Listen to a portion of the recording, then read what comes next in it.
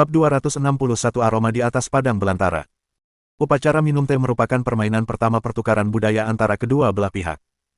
Kedua belah pihak mengirimkan anggota terbaik mereka untuk memulai dengan baik. Yakyuai dan Hua Mingrui berusaha sebaik mungkin begitu mereka memasuki istana. Mereka menyiapkan peralatan minum teh, memanaskan teko, menyeduh teh, menaruhnya, menuangkan air, mengocok teko, dan menuangkan teh. Kedua prosedur mereka berjalan cukup lancar, yang menunjukkan bakat luar biasa mereka dalam upacara minum teh. Gao Fengwen, yang duduk di bangku penonton, tak henti-hentinya mengangguk dan memuji mereka. Hebat, hebat. Qin Haodong berkata, apakah Tuan Gao juga pandai dalam upacara minum teh? Saya tidak akan mengatakan bahwa saya ahli dalam hal itu, tetapi saya senang membuat teh sendiri di waktu luang, jadi saya tahu sedikit tentangnya. Gao Fengwen memecah kebekuan dan menambahkan, umumnya, upacara minum teh di Huaxia dikategorikan menjadi 3 alam, alam pertama cantik dan harum, tetapi saya dapat melakukannya jika saya mencoba. Alam ini menuntut kualitas warna dan aroma tertentu, peminum harus merasa puas secara visual. Upacara minum teh mungkin terlihat sederhana, tetapi membutuhkan pemahaman dan pengetahuan mendalam tentang daun teh, jumlah air, dan kondisi peralatan minum teh. Diperlukan kerja keras selama 1 tahun untuk menguasainya. Petik 2. Qin Haodong mengangguk pelan. Teh dijuluki sebagai raja segala rempah dan sari segala pohon. Tidak ada yang lebih memahami upacara minum teh daripada dia, karena dia adalah kaisar kayu hijau. Namun, dia telah meraih prestasi di dunia kultivasi, jadi dia tahu sedikit tentang dunia upacara minum teh di bumi. Gao Fengwen, yang tidak tahu bahwa ia sedang berhadapan dengan seorang master upacara minum teh, menambahkan, alam kedua, yang disebut kembali ke kesederhanaan asli, adalah alam tempat 2 orang di atas panggung melangkah masuk. Kembali ke kesederhanaan asli berarti bahwa sang penampil tidak lagi memamerkan keterampilannya saat membuat teh. Sebaliknya, mereka mencoba untuk mengintegrasikan keterampilan ke dalam jiwa mereka dan mengaktifkan aroma esensial teh. Begitulah cara teh aromatik paling murni dibuat. Mengesankan. Mereka masih sangat muda, tetapi mereka telah mencapai alam kedua. Itu tidak dapat dicapai tanpa kerja keras selama lebih dari 10 tahun dan bakat yang luar biasa. Petik 2. Qin Haodong bertanya, lalu menurutmu siapa yang akan menang, Tuan Gao? Gao Fengwen berkata, saya tidak suka Nihon, tetapi saya harus mengatakan bahwa wanita Nihon telah menunjukkan kualitas yang cukup baik selama upacara minum teh. Dia berada di alam kedua, sama seperti peri teh, itu terlalu dekat untuk dikatakan, jadi saya akan mengatakan itu akan menjadi seri. Siapapun yang berhasil mencapai alam ketiga atau menjauh selangkah darinya, kemenangan akan terjamin. Qin Haodong bertanya, Tuan Gao, apa alam ketiga dari upacara minum teh? Sejauh yang aku tahu, alam ketiga, yang merupakan alam tertinggi, disebut aroma di atas padang belantara. Nama itu cukup menjelaskan bahwa mereka yang telah mencapai alam ini dapat membuat teh dengan aroma yang menyebar ke seluruh padang belantara. Aroma ini akan bertahan lama. Ya, setidaknya itulah yang dikatakan legenda. Aroma yang menyebar ribuan meter jauhnya mungkin berlebihan, tetapi pasti akan menyebar lebih jauh dari aroma yang dibuat oleh orang-orang di alam kedua. Saat mereka berdua berbincang, teh di atas panggung dibuat dan dituangkan ke dalam 10 cangkir bernomor. Semuanya akan dibagikan kepada 10 juri di kursi penonton. Ke-10 juri tersebut dipilih karena mereka semua adalah pakar upacara minum teh. Mereka mengangkat cangkir dan mencicipi teh. Kemudian, mereka mengangguk dan menggelengkan kepala. Akhirnya, mereka menuliskan nomor yang telah mereka pilih. Tak lama kemudian, hasilnya pun keluar. Hua Mingrui dan Yakyuai masing-masing memperoleh 5 suara. Itulah hasil undian yang diharapkan Gao Fengwen. Kedua wanita yang sombong itu mungkin merasa sulit menerima hasil tersebut, tetapi mereka harus menerimanya karena tidak punya pilihan lain. Qian Duoduo kembali ke atas panggung dan bertanya kepada delegasi Nihon, ada pemain lain dari kalian? Yakyu Hirai menggelengkan kepalanya, yang merupakan tanda positif. Tidak masalah apakah Yakyuai menang atau kalah. Dia telah menunjukkan level tertinggi dari upacara minum teh Nihon, dan tidak ada orang lain dalam delegasi yang dapat melakukannya. Mereka menganggap hasil ini sepenuhnya dapat diterima, karena upacara minum teh berasal dari Huaxia dan baru diperkenalkan di Nihon. Hasil undian ini sudah merupakan aib bagi Huaxia. Qian Duoduo menatap Gao Fengwen dan bertanya, Tuan Gao, adakah yang ingin menantang Nona Yakyuai? Gao Fengwen menghela napas dalam hati. Bagaimanapun, mereka telah mempermalukan Huaxia. Namun, tidak ada orang lain yang bisa berbuat apa-apa jika peri teh juga tidak bisa. Dia hendak memberitahunya bahwa tidak ada penantang lain, ketika Qin Haodong berkata, Tuan Gao, saya akan mencobanya. Apakah kamu yakin? Gao Fengwen bertanya dengan heran. Qin Haodong telah membuatnya terkesan dengan keterampilan medis dan pencarian barang antiknya. Pria itu masih sangat muda, jadi sulit membayangkan bahwa dia juga pandai melakukan upacara minum teh.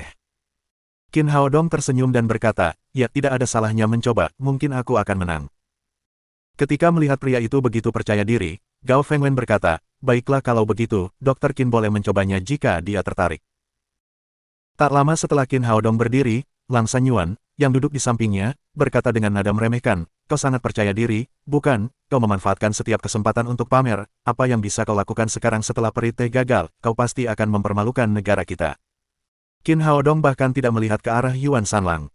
Dia langsung naik ke panggung. Dia tidak punya apa-apa untuk dikatakan kepada pria jahat dan berpikiran sempit itu. Dia akan membuatnya menyesali apa yang telah dikatakannya nanti. Nona Hua, saya ingin mencoba keterampilan upacara minum teh Nona Yak Yuai, bolehkah? Hua Mingrui memberikan tempatnya kepada Qin Haodong dan menatapnya dengan ekspresi campur aduk. Dia cukup bangga dengan keterampilan upacara minum tehnya. Namun, jika dia tidak bisa mengalahkan lawan ini, dia bertanya-tanya mengapa pemuda itu begitu percaya diri. Tantangan Qin Haodong mengejutkan semua orang. Babak kedua pun dimulai. Staf mengganti semua peralatan minum teh yang telah digunakan oleh Hua Mingrui dan Yak Yuai dan membawa 2 set baru untuk kedua kontestan. Yak Yuai menatap Qin Haodong dengan curiga dan berkata dengan genit, apa kau yakin bisa melakukan ini? Tampan, aku sangat meragukannya, kau seperti bantal bersulam, cantik tapi tidak berguna. Pelesetannya cukup menyanjung. Qin Haodong tersenyum dan berkata, Anda tidak akan tahu sampai Anda mencobanya. Begitu dia berkata demikian, dia mengambil peralatan minum teh di atas meja dan mulai tampil. Kebencian terpancar di mata Yak Yuai. Tidak seperti Hua Mingrui, gerakan Qin Haodong benar-benar kasar dan tidak anggun. Dia bertingkah seperti orang biasa yang sedang membuat teh di rumah. Rupanya, pria itu seorang amatir. Beberapa orang menghela napas, terutama penonton di bawah panggung, yang menyesal atas hasil undian sebelumnya. Mereka berharap saat melihat penantang lain naik panggung, tetapi mereka merasa putus asa saat tidak melihat sesuatu yang hebat dalam diri pemuda itu. Qin Haodong mengabaikan ekspresi orang lain dan terus membuat tehnya. Seiring berjalannya waktu, Yak Yuai membuat teko teh lagi dan Qin Haodong menyelesaikan semua prosedur sebelumnya. Perbedaannya adalah aroma ringan terpancar dari teko Yak Yuai, sedangkan teko Qin Haodong tidak mengeluarkan apapun. Yak Yuai berkata dengan nada meremehkan, tampan, apakah kita benar-benar harus melanjutkannya? Haruskah kita mengampuni para juri dari pekerjaan tambahan ini? Qin Haodong menatapnya dan tersenyum. Saya juga merasakan hal yang sama, kita tidak perlu merepotkan para juri lagi. Lang Sanyuan berkata dengan nada sarkastis, memalukan, sungguh memalukan, bahkan pengasuhku bisa melakukan yang lebih baik darinya, kenapa dia sampai pergi ke sana? Ekspresi wajah Gao Fengwen dan Guo Feng berubah. Namun, kebenarannya ada di sana.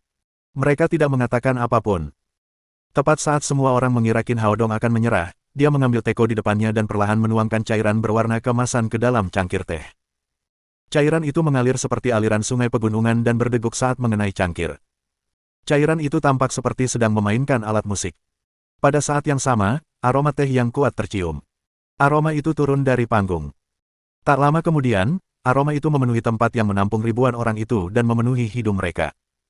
Ekspresi Gao Wenfeng berubah drastis saat mencium aroma itu. Kekecewaannya tiba-tiba hilang. Tergantikan oleh kebahagiaan di wajahnya. Aroma di atas padang belantara, astaga, itu alam ketiga, aroma di atas padang belantara. Hua Mingrui, yang belum turun dari panggung, berdiri di samping Qin Haodong. Dia benar-benar tercengang karena, meskipun dia telah bekerja keras dalam upacara minum teh selama bertahun-tahun, alam ketiga yang disebut aroma di atas alam liar selalu menjadi mimpi yang terlalu sulit untuk dicapainya. Jadi, dia benar-benar terkejut bahwa ada orang lain yang melakukan hal itu hari ini. Pemuda di depannya melakukannya dengan sangat santai. Wajah bangga Yak Yuai kini berubah pucat pasi. Dia telah mengabdikan diri pada upacara minum teh selama bertahun-tahun, jadi dia pasti tahu apa arti aroma di atas padang belantara. Itu bahkan di luar jangkauan gurunya. Dia benar-benar kalah. Qin Haodong menatap Yak Yuai dan berkata dengan nakal, Nona Yak Yu, Anda mengatakan kita bisa menyelamatkan para juri dari pekerjaan tambahan ini, jadi, apakah Anda akan menyerah sekarang?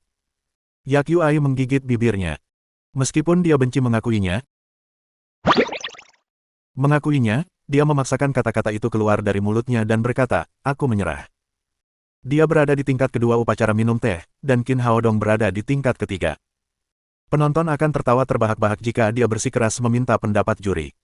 Dia akan sangat malu jika mendapat 0 poin dan Qin Haodong mendapat 10. Jadi, dia langsung menyerah. Ketika orang-orang Nihon menyerah, tepuk tangan bergemuruh di seluruh tempat. Ekspresi Yakyu Hirai berubah drastis. Mereka berakhir seri dengan Huaxia, tetapi dia dikalahkan dalam sekejap mata dengan cara yang cukup memalukan. Qin Haodong berdiri dan menangkupkan kedua tangannya untuk memberi hormat kepada penonton yang bersemangat. Kemudian dia berbalik dan berjalan meninggalkan panggung. Dia melirik Lang Sanyuan ketika dia kembali ke tempat duduknya. Lang Sanyuan pernah menyebut Qin Haodong tidak tahu malu dan lebih buruk dalam upacara minum teh daripada pengasuhnya. Sekarang, wajahnya ditampar dengan keras. Dia membungkuk dan meletakkan kepalanya di pahanya sendiri, merasa takut untuk melihat Qin Haodong. Permainan pertama berakhir, dan permainan kedua dimulai. Chiba Miko dari Nihon naik ke panggung dan memberitahu penonton, pada permainan kedua, kami ingin melihat kemampuan para ahli barang antik Huaxia dalam menilai, beberapa barang antik itu asli, sementara beberapa lainnya tidak, atau mungkin, semuanya palsu. Kami akan kalah jika para ahli memilah semuanya. Qian Duoduo bertanya, Nona Chiba, mengapa saya harus mempercayai penilaian Anda? Chiba Miko berkata, kami akan menyimpan jawabannya di dalam kotak dan memberikannya kepada Anda, dengan begitu, kami akan menjamin keadilan. Baiklah, itu ide yang bagus. Qian Duoduo mengangguk dan berkata bahwa jawabannya harus ditulis terlebih dahulu agar orang-orang Nihon tidak menyangkalnya. Orang-orang Nihon tidak dapat dipercaya, karena bangsa itu telah menyangkal kejahatan yang telah dilakukannya dalam Perang Dunia II. Guo Fen dari tim Huaxia berbisik kepada Qin Haodong, Bung, aku akan pergi dan memeriksanya, aku akan memintamu mengambilnya untukku jika aku gagal. Kemudian, dia melangkah ke atas panggung. Qian Duoduo memberitahu Chiba Miko, Nona Chiba, Presiden Guo ada di atas panggung, tolong berikan kami barang antik Anda. Chiba Miko melambaikan tangannya ke arah penonton. Dua orang Nihon berjalan ke panggung sambil membawa dua tabung kuno di tangan mereka. Chiba Miko menyerahkan kotak kayu berisi jawaban kepada Qian Duoduo. Kemudian, dia membuka tabung-tabung itu, mengeluarkan dua gulungan, dan menyebarkannya di atas meja. Pada saat yang sama, proyektor menayangkan gambar-gambar di layar besar. Semua penonton di bawah panggung melihatnya dengan jelas. Pada kedua gambar itu terdapat sebuah puisi kuno yang berbunyi, lebih baik belajar, tidak peduli seberapa larutnya hari, di bawah cahaya lilin atau saat ayam jantan berkokok, lebih baik belajar saat rambutmu masih hitam, atau penyesalan akan berlipat ganda saat rambutmu mulai memutih. Puisi itu, yang berjudul Lebih Baik Belajar, ditulis dengan tulisan tangan kursif. Tulisan tangan itu tampak cukup bersemangat. Di bagian akhir terdapat nama penulisnya. Puisi itu ditulis oleh kaligrafer terhebat sepanjang masa, Yan Zhenxing. Bab 262. Munculnya kembali kepala hewan. Astaga, itu benar-benar karya asli Yan Zhenxing. Mungkin terlihat seperti itu, tetapi kami tidak yakin apakah itu karya asli. Wanita Nihon itu hanya mengatakan bahwa itu mungkin palsu. Berapa harganya kalau asli? Paling tidak puluhan juta. Orang-orang Huaxia mengenal Yan Zhenxing. Banyak penonton hari itu adalah penggemar kaligrafi. Saat ini, semua orang di bawah panggung sedang berdiskusi. Tak lama kemudian, semua orang menemukan masalahnya. Kedua lukisan itu tampak persis sama. Tulisan pada lukisan di sebelah kiri lebih terang daripada yang di sebelah kanan jika diperhatikan dengan saksama, tetapi tidak ada perbedaan lain yang ditemukan kecuali itu. Bung, yang mana yang asli? Bagaimana saya tahu? Kita perlu Direktur Guo untuk menentukannya. Mungkin keduanya palsu, karya Yan Zhenxing sulit ditemukan, mungkin itu salinan yang dibuat di Salitun. Di atas panggung, Chiba Miko tersenyum pada Guo Feng dan berkata, Tuan Guo, tolong beritahu kami, mana yang asli dan mana yang palsu. Guo Feng mengangguk dan mengenakan sarung tangan putihnya. Kemudian, ia mengambil kaca pembesarnya dan mulai mengevaluasinya dengan serius. Awalnya dia cukup tenang, karena dia yakin bisa membedakan yang palsu dari yang asli berdasarkan pengalamannya selama puluhan tahun di industri barang antik. Namun, seiring berjalannya waktu, dia menjadi semakin serius. Dahinya berkilau karena keringat. Dia memeriksa kedua karya itu lebih dari 10 kali, tetapi keduanya tampak asli tanpa celah, yang mana tidak mungkin. Lagi pula, bahkan Yan Zhenxing sendiri tidak akan dapat menyalin karya yang sama persis ini. Bahkan ukuran fontnya pun sama, seolah-olah dibuat dengan mesin fotokopi. Akan tetapi, pasti ada yang palsu. Chiba Miko berdiri di sampingnya dan tersenyum dingin. Tuan Guo, berapa lama Anda perlu memberi kami hasilnya? Haruskah saya membuatkan Anda secangkir teh? Meski usulannya tampak sopan, sebenarnya usul itu penuh dengan sarkasme. Jangan khawatir, aku akan memberimu jawabannya. Qin Haodong menjawab sebelum naik ke panggung. Menurut peraturan, 3 orang dari Huaxia dapat berpartisipasi dalam penilaian yang sama asalkan mereka dapat mencapai hasil yang sama. Melihat Qin Haodong muncul lagi, ekspresi Chiba Miko berubah. Dia telah menderita kekalahan dari pemuda ini tadi malam, dan Yak Yuai telah kalah darinya saat upacara minum teh sebelumnya. Sulit untuk membayangkan bahwa orang ini juga berbakat dalam menilai barang antik. Chiba Miko mengguncangnya hingga mati. Ini jelas mustahil. Biasanya, orang butuh waktu untuk mencapai puncak industri tertentu. Tidak ada yang bisa menjadi ahli di setiap industri kecuali mereka abadi. Saat melihat Qin Haodong naik ke panggung, Guo Feng merasa sangat lega. Ia hampir kehabisan akal saat melihat kedua karya tersebut. Ia merasa beruntung telah mengundang Qin Haodong ke sini, karena akan sangat disayangkan jika seorang ahli huaxia gagal menilai karya-karya ini. Dia berkata, "Bung, bisakah kamu membedakan mana yang asli?" Qin Haodong tersenyum dan berkata, "Direktur Guo, ini sederhana, jangan sampai Anda bingung dengan mereka, dengan kata lain, Anda telah disesatkan." Chiba Miko mengerutkan kening dan berkata, "Tuan Qin, apa maksud Anda, bagaimana saya bisa menyesatkan Anda?" Qin Haodong berkata, "Itu mudah, kedua karya itu asli, Anda memaksanya untuk memilih yang palsu, yang merupakan misi yang mustahil." "Apa, keduanya asli, bagaimana?" Pemuda itu bicara omong kosong. Bagaimana mungkin mereka berdua asli jika mereka mirip satu sama lain dalam hampir setiap detail? Saya tidak heran, orang ini masih sangat muda, tetapi sangat berbakat dalam upacara minum teh, tidak mengherankan jika dia tidak tahu apapun tentang barang antik, tidak ada orang yang pandai dalam segala hal. Para penonton langsung menjadi marah ketika mendengar kata-kata Qin Haodong. Ekspresi Chiba Miko berubah, tetapi dia segera tenang kembali dan berkata, "Penilaian autis membutuhkan penglihatan dan pengalaman, Anda tidak bisa mengatakan apapun yang Anda inginkan, apakah Anda mengatakan bahwa Anda bahkan lebih berpengetahuan daripada Tuan Guo?" Dia mengatakan itu untuk menciptakan konflik antara Qin Haodong dan Guo Feng. Dia berpikir bahwa, sebagai Presiden Asosiasi Barang Antik, Direktur Pusat Penilaian Barang Antik, dan anggota senior industri barang antik, Guo Feng tidak akan menerima pendapat Qin Haodong dengan mudah. Oleh karena itu, dia benar-benar terkejut ketika, setelah selesai berbicara, Guo Feng menjawab dengan tegas, "Saya percaya padanya. Jika dia mengatakan bahwa keduanya nyata, maka keduanya nyata. Kesimpulan saya akan sama."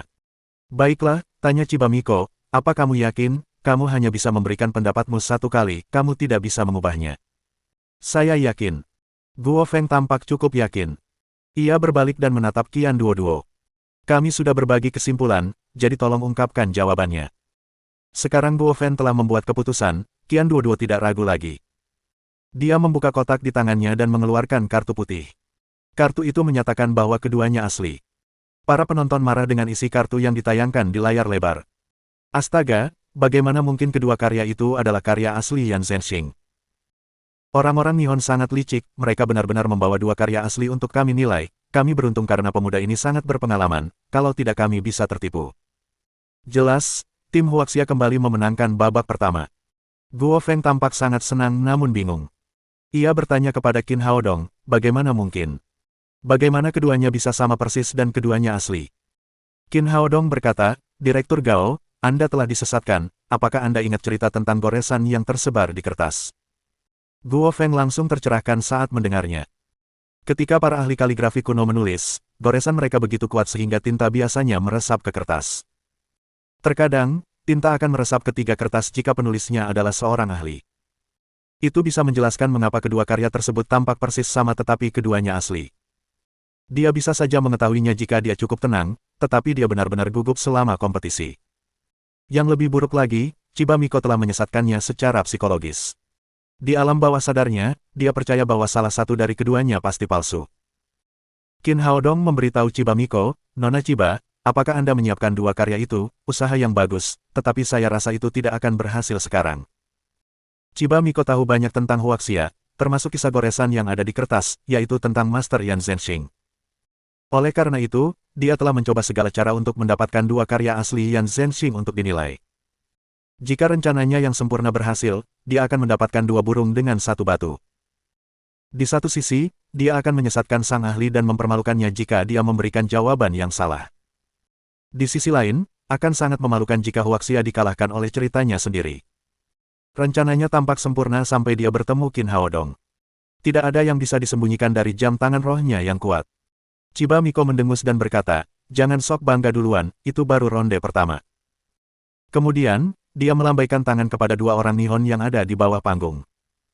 Keduanya mengambil 2 karya tersebut dan kemudian membawa 2 kotak kayu ke atas panggung. Semua penonton tertarik dengan kedua kotak itu. Mereka penasaran dengan apa yang ada di dalamnya, karena kotak itu terlihat sangat berat. Chiba Miko membuka satu kotak dan mengeluarkan sebuah benda. Penonton menjadi gempar. Itu adalah kepala domba perunggu dari 12 tanda zodiak. Qin Haodong awalnya terkejut. Namun, ia segera merasa gembira. Sungguh kejutan besar melihat kepala binatang itu lagi begitu cepat. Ia bahkan bisa merasakan formasi penyegelan pada kepala perunggu itu. Ia telah memutuskan untuk menyimpannya untuk dirinya sendiri dengan cara apapun. Setidaknya, ia harus mendapatkan batu roh tingkat atas, yang merupakan satu-satunya cara baginya untuk mencapai terobosan. Penonton di bawah panggung juga menjadi geram. 12 kepala hewan perunggu dari zodiak Huaxia memiliki arti khusus bagi orang-orang Huaxia.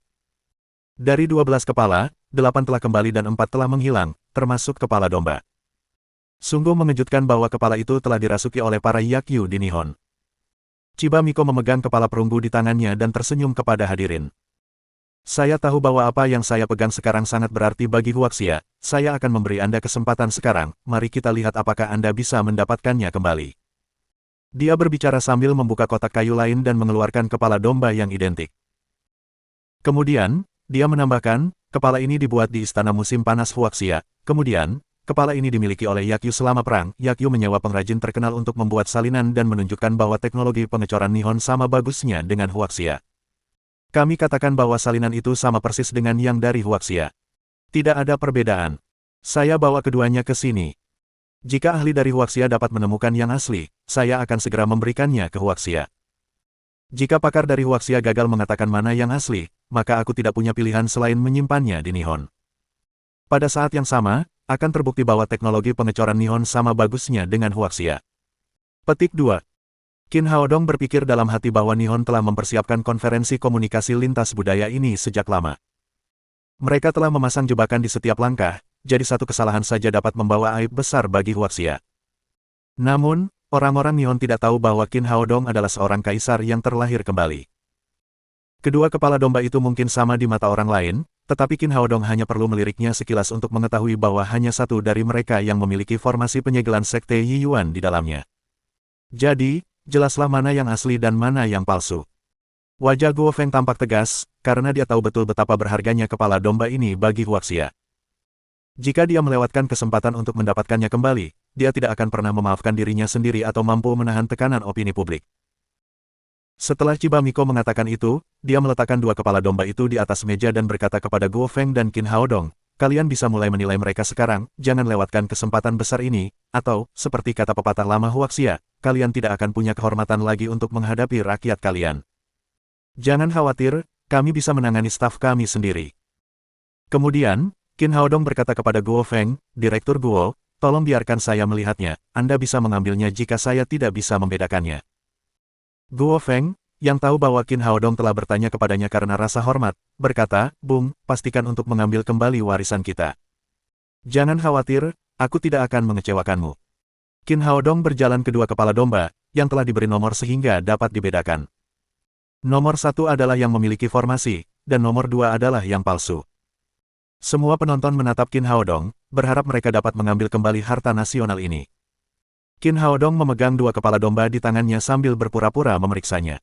Kemudian, dia meletakkan nomor 1 di dalam kotak kayu. Semua orang terkejut, termasuk Chiba Miko. Dia bertanya-tanya penilaian macam apa ini. Dia tidak melakukan itu untuk tujuan penilaian, dia menggunakannya sebagai kedok. Formasi penyegel sekte Yiyuan telah dihancurkan olehnya saat dia menaruhnya di dalam kotak kayu. Segera, dia menggunakan rohnya untuk menyimpan batu roh tingkat atas di cincin penyimpanannya. Kemudian, dia menyegelnya lagi. Bab 263 Aku tidak suka nomor 2. Dia melakukannya dengan sangat lancar, dan hanya butuh waktu kurang dari 1 atau 2 menit. Kepala itu tampak persis sama seperti saat dikeluarkan lagi. Tidak seorang pun tahu bahwa dia telah mencuri batu roh. Qin Haodong menjadi tenang sejenak, karena batu roh akhirnya menjadi miliknya. Tidak pernah terpikir olehnya bahwa konferensi komunikasi lintas budaya akan datang dengan hadiah yang begitu mengejutkan. Dia menoleh ke arah Chiba Miko dengan kepala perunggu nomor 1 di tangannya. Aku sudah selesai menilai mereka, ini yang asli. Tuan Qin, apakah Anda yakin tidak ingin memeriksanya 2 kali? Chiba Miko sebenarnya sangat terkejut. Dia tentu tahu kepala domba mana yang asli. Dia hanya tidak tahu bagaimana Qin Haodong bisa mengetahuinya. Dia bertanya-tanya bagaimana dia bisa mengetahuinya dengan memasukkannya ke dalam kotak kayu dan mengeluarkannya. Metode macam apa itu? Itu tidak perlu, aku yakin ini yang terjadi. Qin Haodong menoleh ke arah Guo Feng dan menambahkan, Direktur Guo, apakah Anda setuju? Qin Haodong kini telah mendapatkan kepercayaan penuh dari Guo Feng. Karena itu, Guo Feng mengangguk dan berkata, kamu bicara mewakiliku sekarang. Kita pilih yang ini, dan aku akan bertanggung jawab jika itu palsu. Semua penonton terdiam. Tempat pertemuan yang menampung ribuan orang itu sunyi senyap seperti kuburan. Semua orang menatap panggung dengan gugup, sementara seseorang bahkan menahan napas. Mereka tahu betapa pentingnya pilihan itu karena harta nasional itu akan kembali jika itu benar. Akan sangat memalukan bagi Huaxia jika itu salah. Melihat ekspresi tegas Qin Haodong dan Guo Feng, Chiba Miko merasa getir. Para Yakyu sempat berdebat sengit mengenai apakah akan membawa kepala domba itu ke Huaxia. Mereka yang menentangnya bersikeras bahwa hal itu tidak sepadan karena kepala domba itu telah berada di Nihon selama lebih dari 1 abad dan kini bernilai lebih dari 200 juta yuan. Mereka yang mendukung gagasan itu menganggap bahwa kepala domba memiliki makna khusus bagi Huaxia. Dengan demikian, pengaruhnya akan sangat dahsyat jika digunakan untuk mendirikan para ahli Huaxia. Keberhasilan mereka akan mempermalukan Huaxia di hadapan orang-orang dari seluruh dunia. Hadiahnya sepadan dengan risikonya.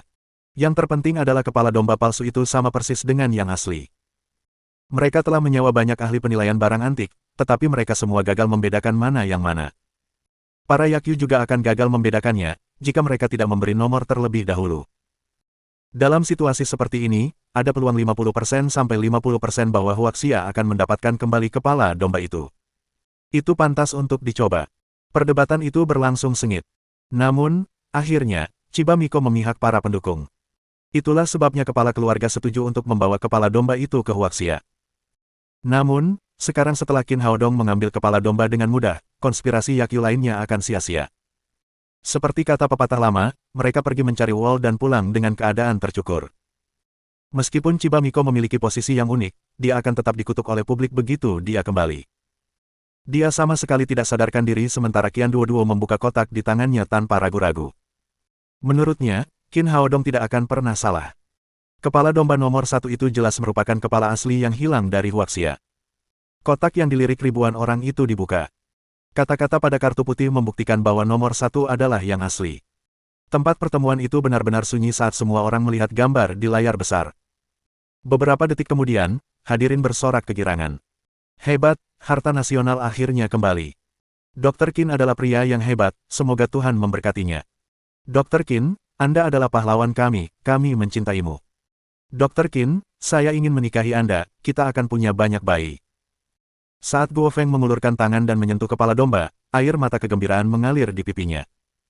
Di bawah panggung, Gao Fengwen, Tang Qing dan beberapa lelaki tua lainnya melompat dengan gembira. Lang Sanyuan tidak begitu menyukai Qin Haodong, tetapi sebagai orang Huaxia, dia bersorak dan berteriak hingga serak. Semua orang Nihon di tempat pertemuan tampak pucat. Yang paling tenang adalah Qin Haodong. Pilihan itu sama sekali tidak sulit baginya. Dia lebih menginginkan batu roh tingkat atas daripada kepala domba, dan dia sudah memiliki batu itu di sakunya. Chiba Miko menarik napas dalam-dalam. Meskipun suasana hatinya sedang buruk, dia bertanya, Tuan Qin, bisakah Anda memberitahu saya bagaimana Anda mengidentifikasinya? Qin Haodong menatapnya dengan senyum tipis dan bercanda, itu mudah. Aku tidak suka nomor 2. Tak seorang pun menduga jawaban ini. Penonton tertawa terbahak-bahak lalu berteriak, kami juga tidak suka nomor 2. Chiba Miko tidak dapat mempercayainya, tetapi pemenangnya mengambil semuanya, dan Qin Haodong adalah pemenangnya di sini. Babak kedua telah berakhir. Berdasarkan kesepakatan sebelumnya, kepala domba itu kini menjadi milik Huaxia. Gao Wenfeng telah mengirim seseorang untuk mengambilnya. Orang-orang Nihon telah menyiapkan 3 koleksi kali ini. Mereka telah kehilangan 2 dari 3 koleksi, namun demi harga diri mereka, mereka harus mengeluarkan koleksi terakhir. Mereka telah kalah 2 ronde berturut-turut, jadi mereka berharap untuk menyelamatkan harga diri mereka dengan memenangkan setidaknya 1 ronde. Chiba Miko melambaikan tangan kepada orang-orang di bawah panggung. 2 orang Nihon membawa 2 kardus ke atas panggung. Para penonton menatap dengan penuh semangat dari tempat duduk mereka. Kotak kayu itu berisi kepala perunggu dari 12 zodiak, jadi mereka bertanya-tanya barang bagus apa yang dibawa orang-orang Nihon kali ini. Saat kardus dibuka, Chiba Miko mengeluarkan 2 benda. Benda itu adalah 2 pot pembantu berlapis kaca 3 warna. Tembikar 3 warna Tang, itu tembikar 3 warna Tang. Beberapa penonton di bawah panggung langsung berteriak. Dua pot pembantu berlapis 3 warna itu tingginya sekitar 30 cm, dan wajah mereka tampak berbeda. Salah satunya hendak menari, dan yang lainnya berdiri diam. Mereka tampak santai dan anggun. Keduanya tampak montok, seperti bentuk tubuh ideal di dinasti Tang. Pakaian mereka cukup avant-garde dan berpotongan rendah dan tampak sangat mirip dengan pakaian berpotongan rendah yang seksi dan indah di masyarakat modern. Chiba Miko memberitahu Guo Feng dan Qin Haodong, saya rasa kalian tidak perlu memperkenalkan diri kali ini adalah tembikar 3 warna Tang, yang cukup terkenal di Huaxia, tolong identifikasi mana yang asli dan mana yang tidak. Saya akan melakukannya. Guo Feng, yang telah mempelajari porselen kuno Huaxia dengan saksama, mengeluarkan kaca pembesar dan berjalan mendekat. Kemudian, ia mulai mengamati 2 pot pembantu berlapis kaca 3 warna. Qin Haodong tetap diam. Dia berdiri dan memperhatikan, karena dia tidak merasakan adanya ki spiritual dari kedua pot itu, yang berarti keduanya palsu. Mereka telah mempersiapkan banyak hal untuk konferensi komunikasi lintas budaya kali ini. Mereka membawa 2 karya asli Yan Zhenxing, kepala domba asli dan palsu, dan 2 pot 3 warna Tang palsu untuk dinilai oleh lawan. Meskipun mereka memiliki strategi yang bagus, sayangnya, mereka telah bertemu dengan Qin Haodong. Meskipun dia hanya tahu sedikit tentang budaya Huaxia kuno, dia dapat dengan mudah membedakan barang antik asli dari yang palsu. Guo Feng memeriksanya sebentar. Akhirnya, dia kembali ke Qin Haodong dan memintanya untuk datang. Bung, aku tidak begitu yakin tentang ini. Dia menunjuk ke salah satu pot pembantu dan berkata, pot ini berwarna-warni dan warna glasirnya cerah, cetakannya terlihat sangat indah, menurut metode identifikasi tradisional, glasir yang retak juga terlihat bagus. Retakan glasir yang baru saja disebutkan Guo Feng adalah retakan yang disebabkan oleh ketidakkonsistenan antara badan dan glasir. Itu adalah ciri khas dan penting yang membantu mengidentifikasi pot 3 warna Tang yang digali. Qin Haodong bertanya, apakah ada yang bisa kamu ceritakan? Mereka harus mengakui bahwa keduanya dibuat dengan sangat baik sehingga hampir tampak sama dengan yang asli. Dia tidak dapat melihat perbedaan apapun tanpa menggunakan rohnya untuk merasakan ki spiritual. Namun, itu bukanlah sesuatu yang dapat dia gunakan sebagai bukti, jadi dia berharap Guo Feng dapat menemukan jejaknya dan menyelamatkannya dari banyak masalah. Guo Feng memikirkannya dan berkata, masalahnya adalah mereka terlalu sempurna, bahkan yang ada di Museum Nasional pun tidak seutuh mereka. Chiba Miko berkata, Tuan Guo, saya tahu sedikit tentang penilaian barang antik, tetapi menurut saya, kesempurnaan tidak dapat digunakan sebagai standar. Tidak ada yang mengatakan bahwa barang antik di Museum Nasional Anda adalah yang terbaik, mungkin kami hanya mengawetkannya lebih baik daripada Anda. Guo Feng terdiam, karena itulah sebabnya dia tidak yakin. Jika 2 pot wanita berlapis 3 warna itu adalah tiruan, lalu mengapa mereka sempurna? Namun, dia merasa ada yang salah dengan mereka. Mereka terlalu sempurna untuk menjadi kenyataan. Chiba Miko mencibir, bagaimana dengan itu, kenapa kau butuh waktu lama untuk mengambil kesimpulan? Saya bisa menjawab Anda sekarang juga, kata Qin Haodong, keduanya palsu. Guo Feng menggelengkan kepalanya. Meskipun dia tidak percaya bahwa barang-barang bagus itu ternyata palsu, dia semakin mempercayai Qin Haodong. Dia menoleh ke Chiba Miko dan berkata, apakah kamu mendengarnya? Kesimpulan kami adalah keduanya palsu. Chiba Miko tersenyum dan berkata, jika kamu yakin, kami akan mengungkapkan jawabannya. Dia mengangguk pada Qian Duo, yang membuka kotak di tangannya dan mengeluarkan sebuah kartu. Mata semua penonton terfokus pada kartu itu, hanya untuk melihat bahwa nomor 1 adalah asli, dan nomor 2 palsu. Mereka semua terkejut karena Qin Haodong dan Guo Feng salah menebak. Namun, tidak ada yang terlalu peduli dengan hasil ini. Bagaimanapun, mereka telah memenangkan 2 ronde dari 3 ronde, jadi Huaxia telah menang sesuai kesepakatan. Senyum samar muncul di sudut mulut Chiba Miko. Mereka mungkin kalah dalam permainan, tetapi tidak seburuk itu. Mereka telah mengalahkan Qin Haodong yang kuat di ronde terakhir. Sebelum meminta seseorang untuk mengambil 2 pot wanita berlapis kaca 3 warna, Qin Haodong berkata, tunggu sebentar. Chiba Miko bertanya dengan heran, Tuan Qin, ada yang salah. Menurutku itu bukan jawaban yang tepat, keduanya adalah salinan. Ketika ia berbicara, semua penonton menjadi gelisah. Tidak ada yang pernah mempertanyakan jawaban yang diberikan oleh orang-orang Nihon, karena mereka tampak adil selama putaran pertama dan kedua. Mereka bertanya-tanya apakah orang-orang Nihon telah berbuat curang dan menulis jawaban yang salah dengan sengaja. Itu mungkin saja, mengingat betapa liciknya mereka dulu.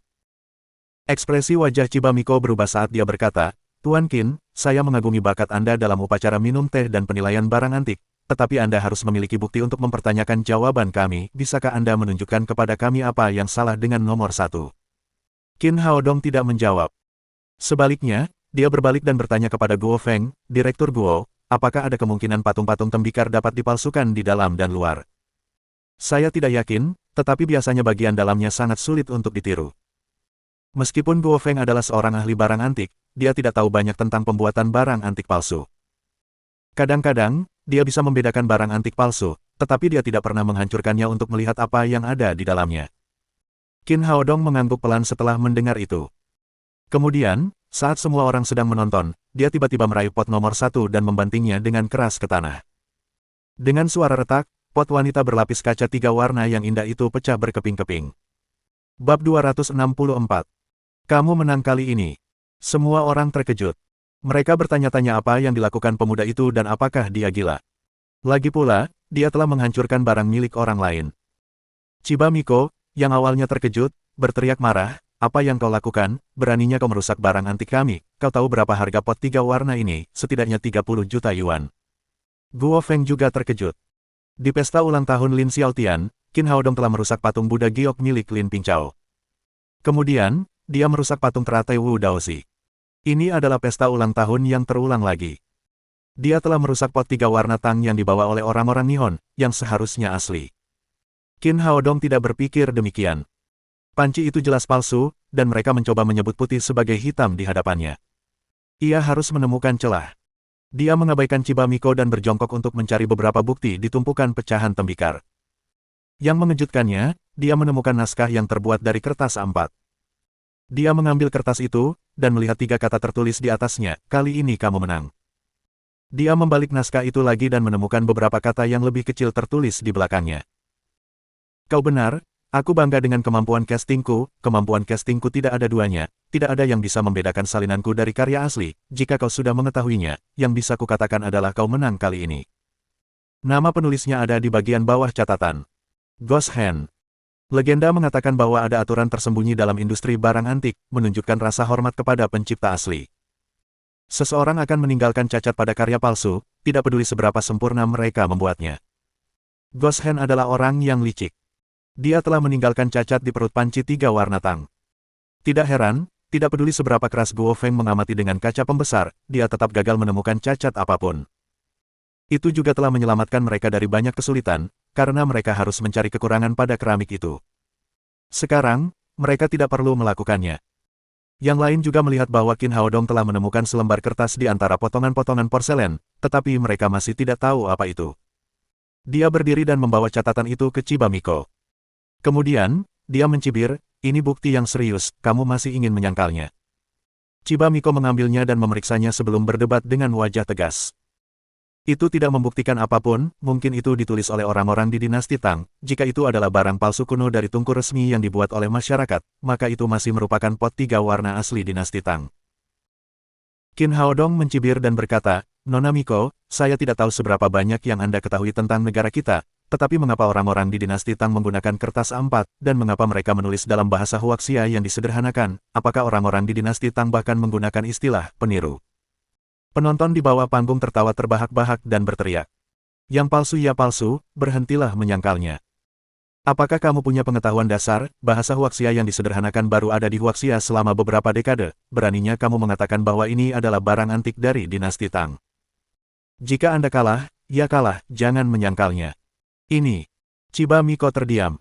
Dia bukan ahli barang antik. Semua koleksi disediakan oleh Yakyu, begitu pula jawabannya. Yakyu Hirai duduk di bawah panggung dengan ekspresi muram. Dia baru saja menyaksikan bakat luar biasa Qin Haodong dalam penilaian barang antik dan keberhasilannya selama 2 putaran eksekutif. Jadi, dia telah memainkan trik dan mengubah jawaban dari 2 pot 3 warna tang. Dia mengira hal itu akan membantunya memenangkan ronde dan menyelamatkan sebagian martabat bangsanya, tetapi yang mengejutkannya, dia gagal. Qin Haodong telah menunjukkan hal ini di depan semua penonton. Qin Haodong menambahkan, Nona Chiba Miko, jangan salahkan dirimu sendiri.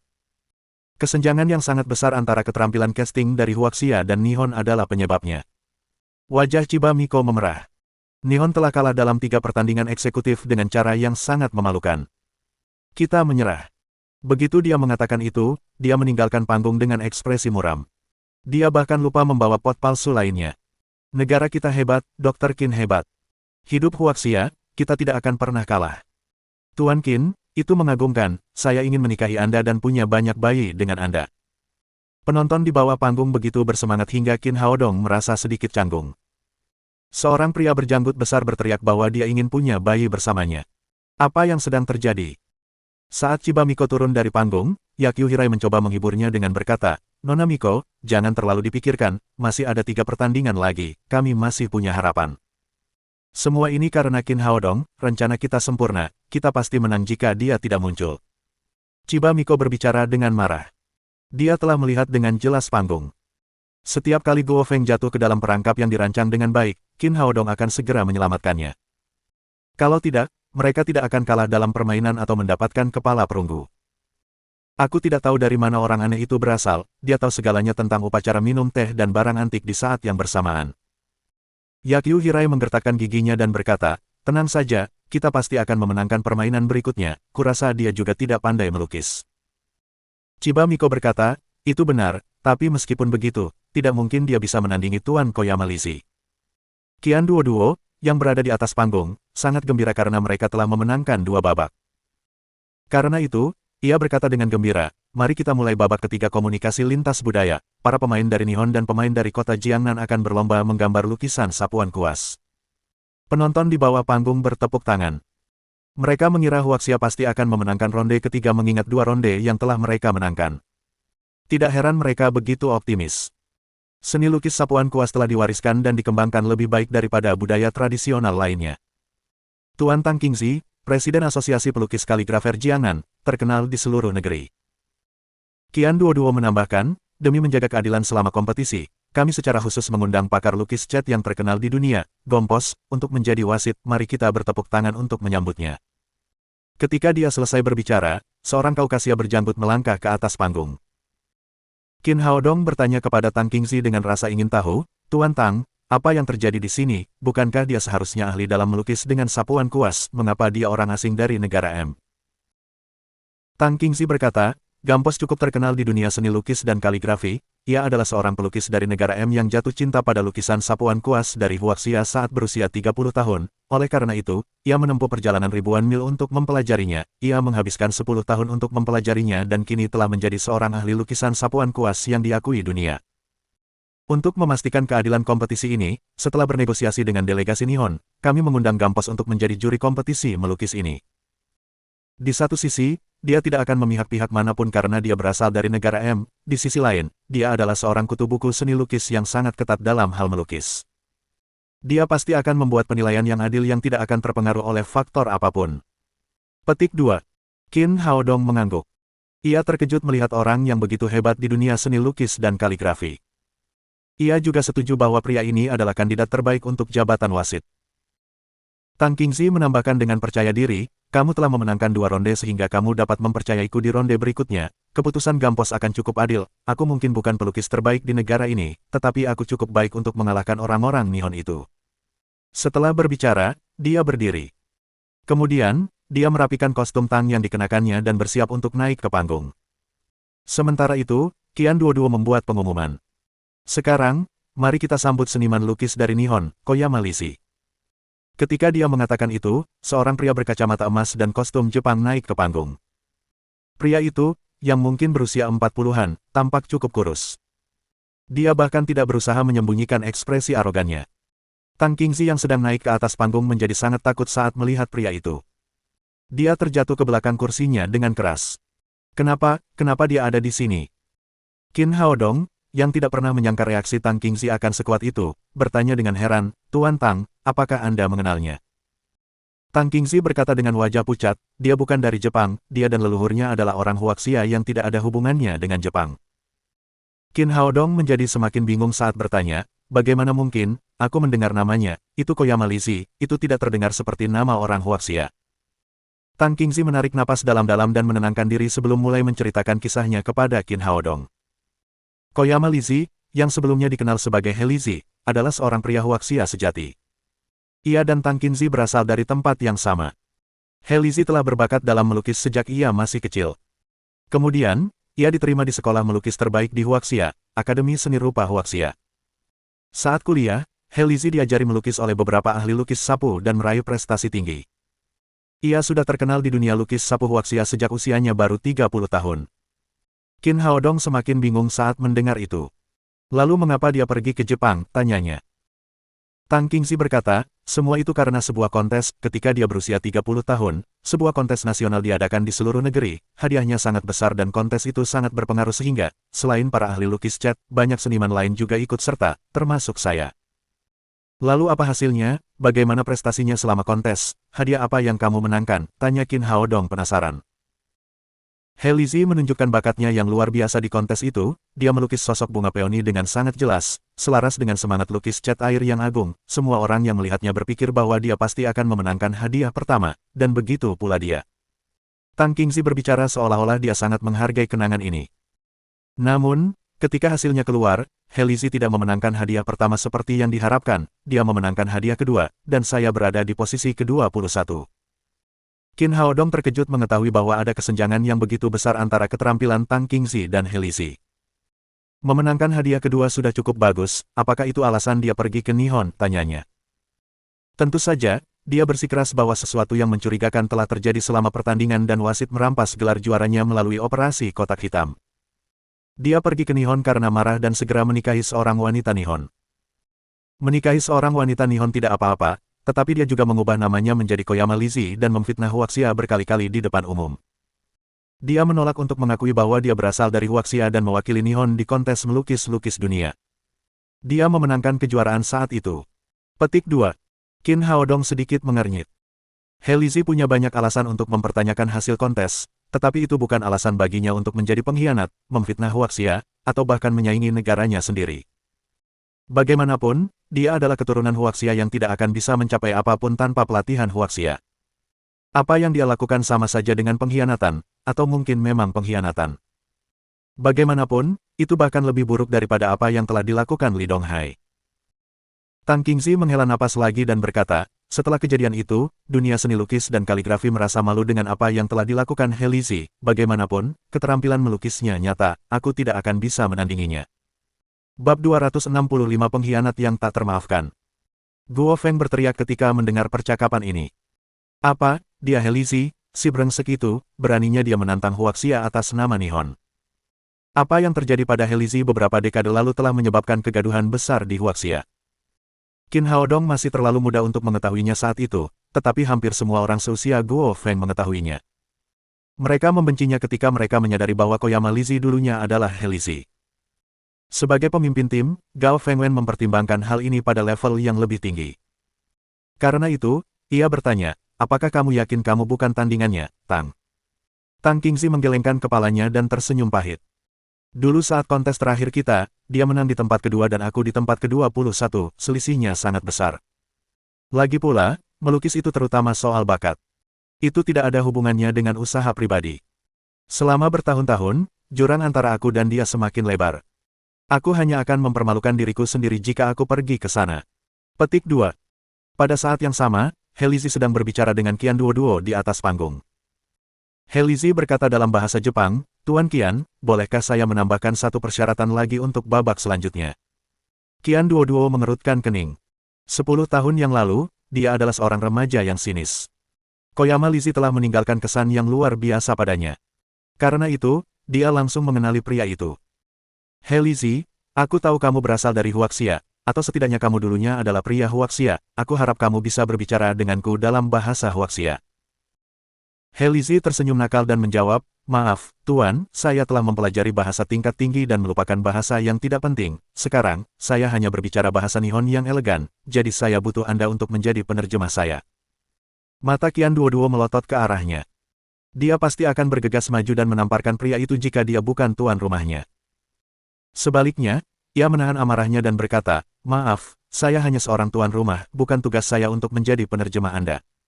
Baiklah, aku punya penerjemah sendiri. He Lizhi melambaikan tangan kepada orang-orang di bawah panggung. Seorang pemuda berusia 20-an datang. Pria itu berbeda dari Li Donghai. Meskipun mereka berdua adalah penerjemah, pria ini berasal dari Nihon, jadi dia telah mempelajari bahasa Huaxia sebagai bahasa kedua. Adegan di atas panggung kini menjadi aneh. Seorang pria dari Huaxia berbicara dalam bahasa Nihon, dan seorang warga Nihon menerjemahkannya. Ketika He Lizhi berbicara lagi dalam bahasa Nihon, Penerjemah berkata, Tuan Koyama Lizzie berpikir bahwa kontes hari ini agak membosankan karena semuanya tentang menang atau kalah. Dia menginginkan pertaruhan yang lebih besar. Dia akan berlutut dan meminta maaf kepada Huaxia jika dia kalah. Begitu pula, seseorang dari Huaxia harus berlutut di hadapan Tuan Koyama Lizzie jika Huaxia kalah. Ia bertanya-tanya apakah Huaxia memiliki keberanian untuk menerima tantangan ini. Qian Duoduo bertanya dengan marah, "He Lizzie, apakah kamu tahu apa yang sedang kamu lakukan? Tentu saja, kamu telah mempermalukanku sebelumnya, jadi aku akan membuatmu lebih menderita." Koyama Lizzie tersenyum dan berkata, "Tuan Qian, kamu adalah tuan rumah di sini, aku harap kamu bisa bersikap profesional dan memanggilku dengan namaku, yaitu Koyama Lizzie. Sekarang aku adalah seorang bangsawan Nihon, bukan seorang rendahan Huaxia." Petik 2. Kau. Qian Duoduo sangat marah hingga tubuhnya mulai gemetar. Pada saat yang sama, hadirin di bawah panggung mengenali He Lizzie. Ketika mereka menyebarkan ceritanya, seluruh tempat pertemuan meledak dalam kemarahan. "He Lizzie, dasar pengkhianat, beraninya kau kembali ke Huaxia, sekarang pergi dari sini. Dasar pengkhianat, anjing pelarian, pengkhianat, keluar dari sini. Malu kamu, apa kamu lupa siapa yang mengajarimu keterampilanmu, di mana kamu belajar melukis dengan cat, beraninya kamu menantang Huaxia."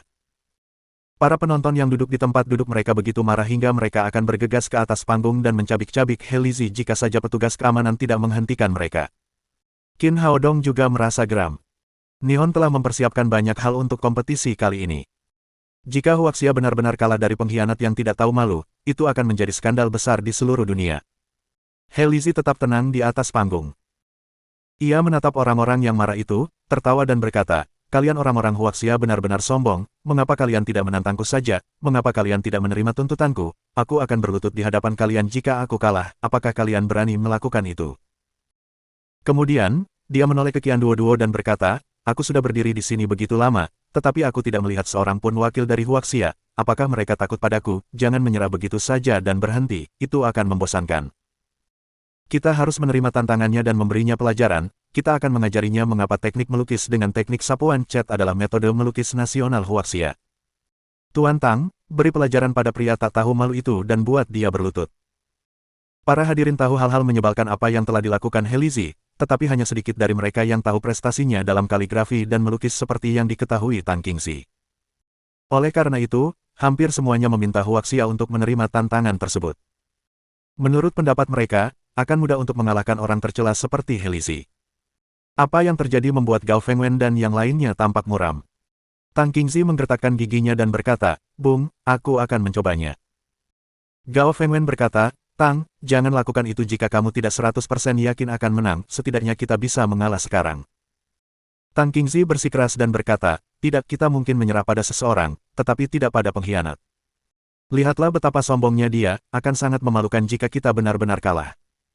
Gao Fengwen sebenarnya menahan salah satu pikirannya. Jika mereka kalah, mereka harus berlutut dan meminta maaf, yang akan lebih buruk daripada menyerah sekarang. Tang Qingxi, yang tahu apa yang dimaksud Gao Wenfeng, melotot dan berkata, "Jangan khawatir.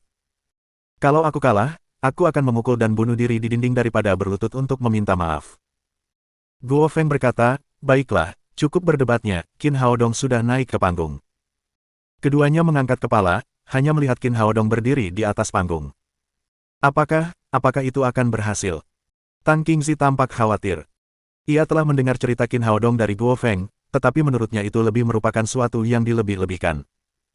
Ia tidak percaya bahwa seorang pemuda dapat menandingi seorang pelukis sejati, terutama pelukis itu adalah He Lizzie, yang cukup berbakat. Guo Feng berkata dengan ekspresi tegas, "Tenanglah, Qin Haodong adalah pria yang luar biasa, kita tidak bisa melakukan ini tanpa dia."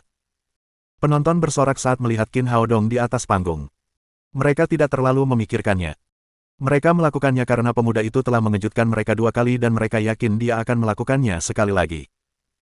Yakyu Hirai, yang berada di tim Nihon, tampak khawatir saat berkata, "Bajingan itu naik panggung lagi, apakah dia juga pandai melukis? Itu sangat tidak mungkin. Tidak ada orang yang bisa semudah itu dan begitu hebat dalam banyak bidang pada saat yang sama." Meskipun Chiba Miko berkata demikian, sebenarnya dia punya firasat buruk. Dia bisa merasakan bahwa Qin Haodong akan membuat mereka mendapat masalah lagi. Ekspresi Qian Duoduo sedikit mereda. Dia telah melihat bagaimana Qin Haodong menggambar sosok teratai Wu Daozi dengan teknik naga pengembara. Keahliannya sangat hebat sehingga tidak mungkin dia akan kalah dari orang asing palsu itu. He Lizi menatap Qin Haodong dengan jijik dan berkata, anak muda, jangan sok hebat, kamu mungkin berbakat dalam beberapa hal, tetapi kamu tidak akan pernah bisa menandingiku. Sekarang, turunlah dari panggung dan mintalah Tang Qingzi tua untuk menggantikanmu. Qin Haodong tersenyum dan berkata, pengkhianat sepertimu tidak pantas menjadi saingannya. Wajah He Lizi berubah muram saat dia berkata, sepertinya kamu tidak akan pernah yakin sampai kamu gagal. Jika kamu ingin mengikuti kontes ini, apakah kamu memiliki keberanian untuk menerima persyaratanku? Tentu saja aku mau. Kalau tidak, aku tidak akan ada di sini, jawab Qin Haodong dingin. Menurutku syaratmu terlalu mudah, jadi aku ingin menambahkan satu lagi. Siapapun yang kalah akan melumpuhkan kedua tangannya dan tidak akan pernah melukis lagi. Bagaimana dengan itu? Aku tantang kamu untuk menerimanya. Kembalilah ke negaramu sendiri jika tidak, dan jangan pernah mencoba pamer lagi di Huaxia. Dia benar-benar kesal dengan pengkhianat ini. Jadi, dia akan membuatnya membayar harganya hari ini. He Lizi terkejut. Perjudian Qin Haodong benar-benar mengejutkannya. Pemerintah Jepang melindunginya hanya karena bakat melukisnya. Jika tangannya cacat, mereka pasti akan mengusirnya dari negara itu. Tang Qingzi, yang juga terkejut, berkata dengan tergesa-gesa, pemuda ini terlalu impulsif, dia tidak tahu seberapa hebat He Lizi dalam melukis, hentikan dia. Jelas, dia tidak optimis dengan penampilan Qin Haodong selama putaran berikutnya. Meskipun Guo Feng khawatir, dia berkata, aku sudah mengenalnya sejak lama, tetapi aku belum pernah melihatnya melakukan sesuatu yang tidak dia yakini. Jika dia berkata seperti itu, dia pasti punya alasan, biarkan saja dia. Gao Fengwen memikirkannya dan berkata, ya, dia masih muda, tetapi dia tidak impulsif. Mungkin dia yakin akan menang. Kedua orang itu berbicara pada saat yang sama. Oleh karena itu, Tang Qingzi berhenti berbicara dan menonton dengan diam. Melihat He Lizi terdiam cukup lama, Qin Haodong bertanya dengan nada sinis, apa kamu takut? He Lizi merasa malu. Qin Haodong telah menerima lamarannya, jadi jika dia tidak menerima lamaran Qin Haodong, dia akan segera menemukan dirinya dalam posisi yang tercela. Namun, tidak ada seorang pun yang dapat menandinginya di seluruh negeri, kecuali beberapa Grandmaster. Ia berpikir bahwa mungkin pemuda itu telah menyarankan pertaruhan liar ini hanya untuk mengintimidasinya. Ketika dia memikirkan hal ini, dia tiba-tiba menjadi percaya diri. Karena itu, dia berkata, mengapa aku tidak berani? Aku bisa menerima lamaranmu asalkan kamu berani menggambar. Ketika He Lizi menerima usulan itu, Qin Haodong menoleh kembali ke Gompos, yang duduk di kursi wasit. Tuan Gompos, Anda pasti mendengar taruhan kami, bisakah Anda menjadi saksi mata?